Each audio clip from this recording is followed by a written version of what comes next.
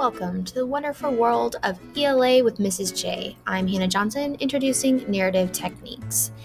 In your notebook, go ahead and turn to the resources section, find a new page. We're going to go ahead and title this Narrative Techniques.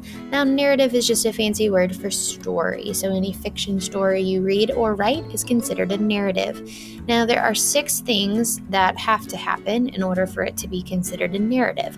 So we're going to go ahead and talk about each of these 6 things. So make sure you go ahead and divide your paper into 6 sections. Now, you can use boxes, you can use bubbles, whatever you want to do to make sure that you have these 6 things written down. If you want to use different colors for each, that's fine too. First thing that all narrative or stories have to have are characters. There are 2 types of characters. You have the main and the minor characters.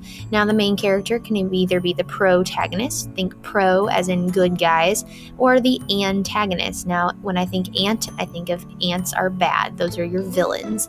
Now, we learn about characters in a couple different ways. I like to think of Steele. Okay, we learn about their traits through their speech, through their thoughts, through their effects on others, their actions, and even sometimes what they look like. So we want to make sure that we're adding those details about our characters in our stories.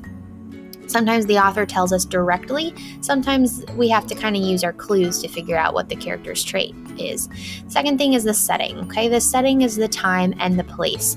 So where and when does the story happen? Now, a lot of times authors use sensory details to kind of let us know what the setting, what it smells like, what it sounds like, what it tastes like, if maybe you've taste the salty seawater, what it looks like and what it feels like. Now, the next thing it needs to have is a problem.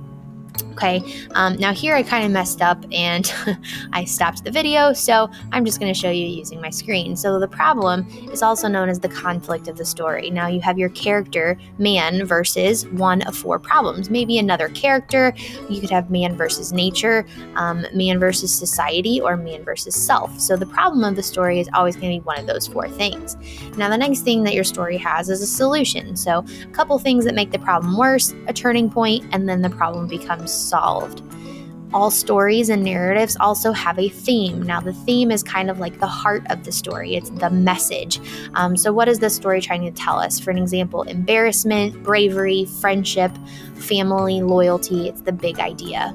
Lastly, we have point of view. I abbreviate that POV. You could have first person, using those pronouns, second person, you'll find those pronouns, or it might be written in third person point of view, which uses pronouns like he, she, and they. So again, those are the 6 things that all narrative stories will have.